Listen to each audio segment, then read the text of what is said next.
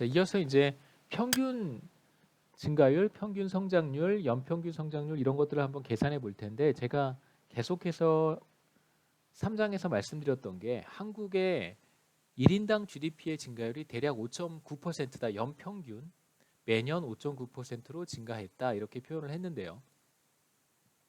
이 5.9%를 어떻게 구한 것인지 잠깐 말씀을 드리겠습니다.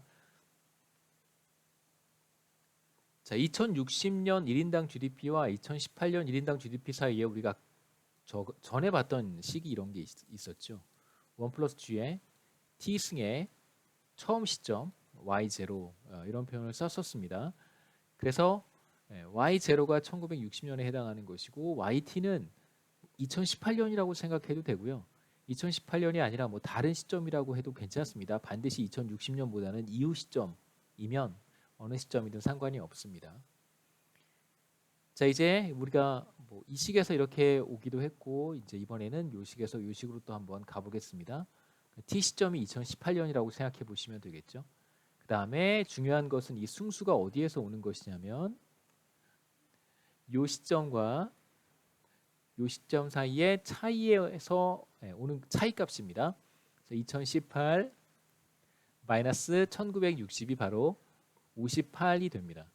이 식을 우리가 그대로 이용하는 것인데요. 전에도 잠깐 말씀드렸지만 이 식에서 사실 가장 중요한 가정이 하나 있는데 그것이 1960년부터 2018년까지 매년 1인당 GDP가 G의 속도로 증가했다라고 하는 가정을 이제 이 식이 이제 내포하고 있는 것입니다.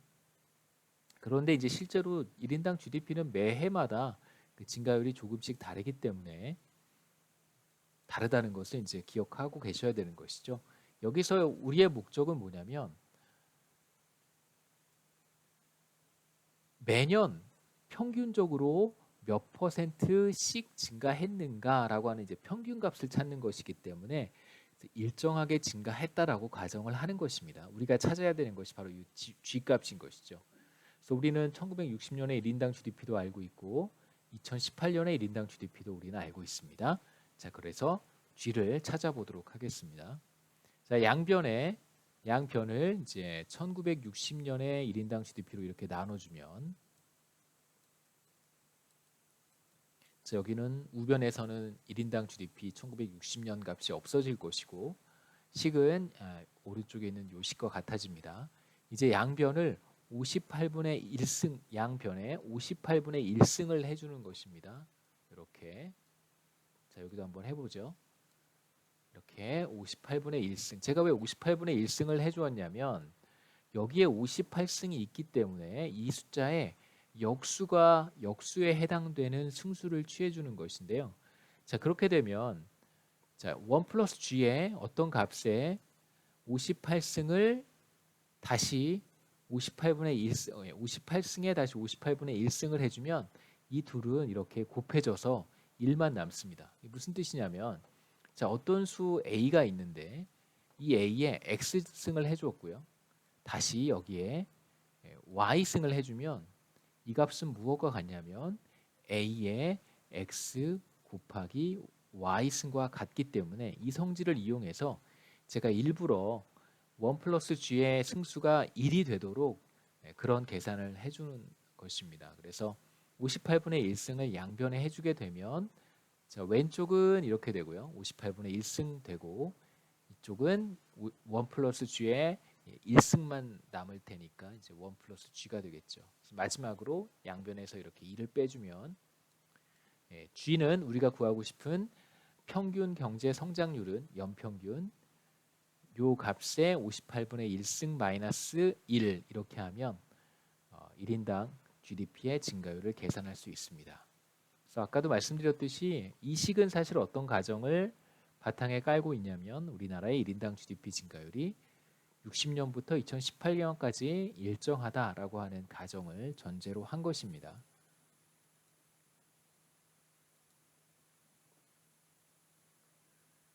이제 세 번째 섹션에서 몇 가지 간단한 이제 성장과 관련된 이야기들을 조금만 소개를 하고 우리가 4장 생산 모형으로 넘어가도록 하겠습니다.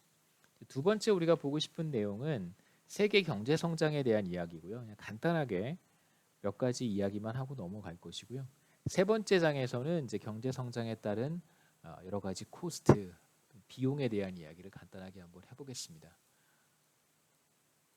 그래서 거시경제학에서는 간단하게 경제가 성장하는 어떤 이유, 원인, 그 다음에 그것을 설명하는 방법, 국가 간의 소득 격차 정도까지만 우리가 이야기를 하고요. 그 다음에 주로 경기 변동에 대한 이야기를 많이 할 텐데, 제가 이제 그 신흥국 경제론이라는 과목도 같이 강의를 하고 있습니다. 그 과목은 제가 이제 과목명을 경제 성장과 경제 발전론이라고 하는 이름으로 바꿀 텐데요.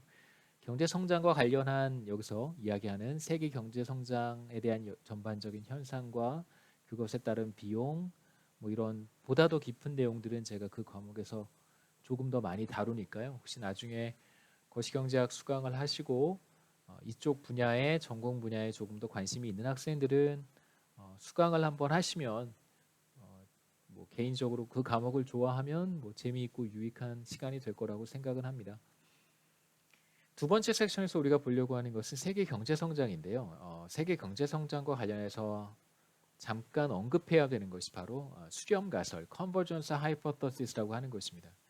그러니까 수렴 가설이라고 하는 것이 뭐냐면 그러니까 모든 국가들이 계속해서 성장을 할 것이고 그렇게 되면 지금은 비록 소득 수준이 매우 낮은 어떤 국가라고 하더라도 시간이 충분히 지나면 모두 다 매우 높은 소득 수준을 갖는 그런 국가가 될 것이다라고 하는 일종의 가설입니다.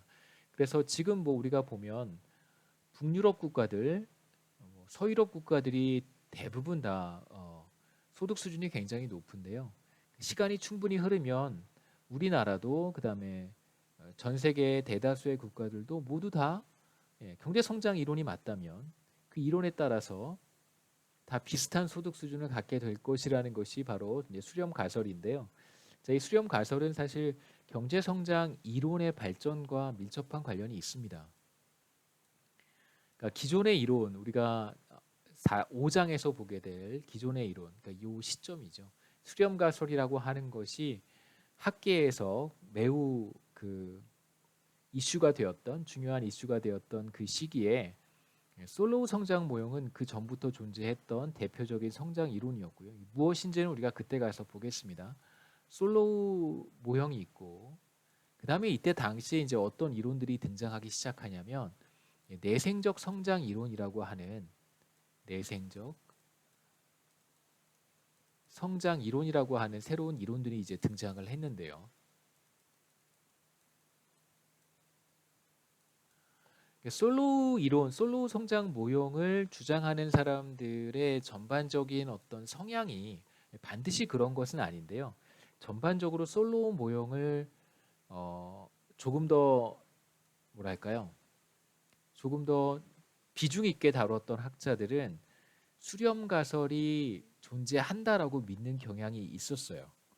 그러니까 솔로우 성장 모형에서는 기본적으로 다른 조건이 대부분 비슷하면 결과적으로 모두 다 모든 국가들이 비슷한 소득 수준을 갖게 될 것이다. 충분히 성장을 해서 비슷한 소득 수준을 갖게 될 것이라고 예측하는 모형이 이제 솔로우 성장 모형인데요. 그때 자세히 보게 될 것입니다. 자, 그렇기 때문에 솔로우 성장 모형을 조금 더 신뢰하는 학자들은 수렴 가설을 지지를 했고요. 그 다음에 비교적 새로운 이론이었던 당시 내생적 성장 이론이라고 하는 것은 솔로우 성장 모형과 조금 다른 그런 이론적인 예측을 갖고 있었는데 그것이 무엇이냐면 국가마다 소득 수준이 다른, 그러니까 국가마다 성장의 경로가 다 다를 것이고 어떤 국가들은 굉장히 더디게 쭉 성장해 갈 것이고 어떤 국가는 비교적 빠른 속도로 계속해서 성장을 해갈 거라고 하는 기본적인 예측이 있습니다. 만약에 그 예측이 맞다면 성장률이 서로 다 다르기 때문에 절대 세계의 모든 국가들은 같은 수준의 소득 수준, 같은 어떤 소득 수준을 얻게 되지 못할 거라는 것이죠.